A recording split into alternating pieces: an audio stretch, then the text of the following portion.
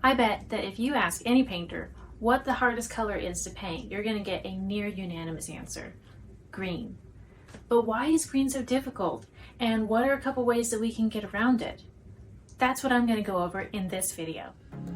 Hi there, I'm Whitney Hall. I'm a full-time nature painter, art educator, and color nerd. And today I'm going to go over some tips for seeing and painting green.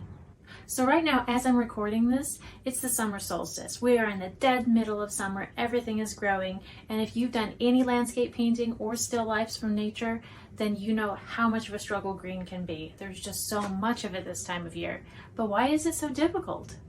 So the first problem with green involves physics.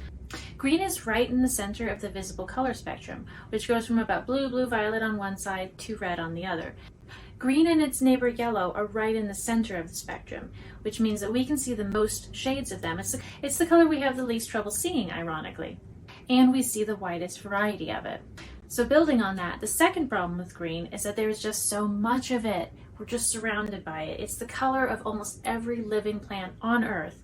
And along with blue, it becomes kind of this white noise that we have to visually tune out just so that we can pay attention to what's important in the world and not get overwhelmed by all of the green. Back in our history as foragers, we had to be able to see those minute shifts of green to be able to tell which fruit was the ripest and see if vegetables were rotten or fresh. So it's something that our eyes do without us even noticing it. We do it completely unconsciously. So forcing ourselves as artists to notice green, to pay attention to green, is kind of like forcing yourself to notice the muscles that you're using to breathe. It's kind of hard to move it from the back of our mind, our subconscious, to the front of our mind, our conscious, where we can make decisions about it. And the third problem with green, which is probably related to the first two, is that we just don't have a very rich vocabulary around it.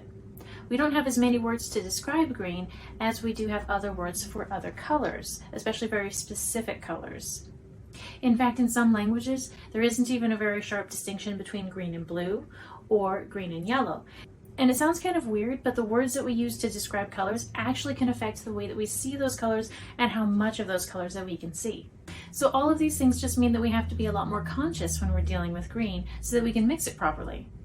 So those are kind of the scientific, the cultural, the psychological reasons why we struggle to really interpret green. But what are some ways around this? I find that the easiest way to break down green is to break down the color into three categories. So first, think about the hue of the green. Okay, now that sounds kind of dumb, like it's green, the hue is green. But what I'm talking about is the color under the color. So green is interesting. If you sit down and play with a pile of green on your palette and put other colors into it, it can absorb a lot of other colors before we stop perceiving it as green. So look for the hue under it, the secondary hue. If you start really looking, you're going to start to see, for instance, the purple in sagebrush, the red in pine trees, or the blue in mint. So look for that secondary hue. The second thing to do is to figure out how saturated the green that you're dealing with is. So unless you're painting a scene that involves golf, tennis, or billiards, it's incredibly unlikely that you're going to squirt out a blob of pure green from the tube and slap it on your canvas. Almost never are you going to have an entirely saturated scene full of green. So look at the most saturated point, the most saturated object or speck in your reference, and make sure that you don't mix anything else on your painting as bright as that point. You can practice dulling down green using neutrals, using earth tones, or using the complement of green, which is red. And other colors that contain red, like pink, orange, and purple, also mix really beautifully with green and help to knock it down and make it richer. Again, green can absorb so many other colors before it stops being green. Also pay attention to atmosphere, especially if you have a cloudy or a foggy situation. As things get further away, they're going to get much less saturated. And that's why the pine trees on the mountains far away are going to look a lot bluer and less saturated than the pine tree in your yard. And the third thing to do is to look at the value.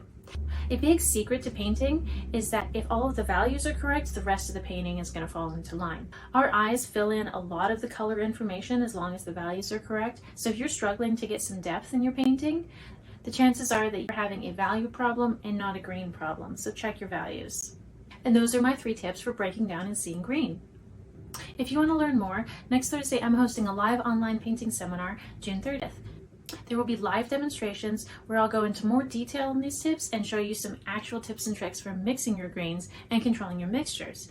I'm also going to go over my favorite paints to use for mixing green, and here's a hint. I actually never use these bad boys for mixing green. I have them on my palette for totally different colors. I almost never use tube greens to mix greens. So you don't want to miss that. Find the link for more information in the description. And finally, if you want to learn more about how to mix all colors, check out my online course, Mastering Color Mixing. The 3-step method that I went over in this video is the foundation of how I've been teaching color for over 10 years. And in this course, I'll show you how to mix any color you can see without having to buy the entire paint aisle of the art store. So be sure to check that out in the description as well.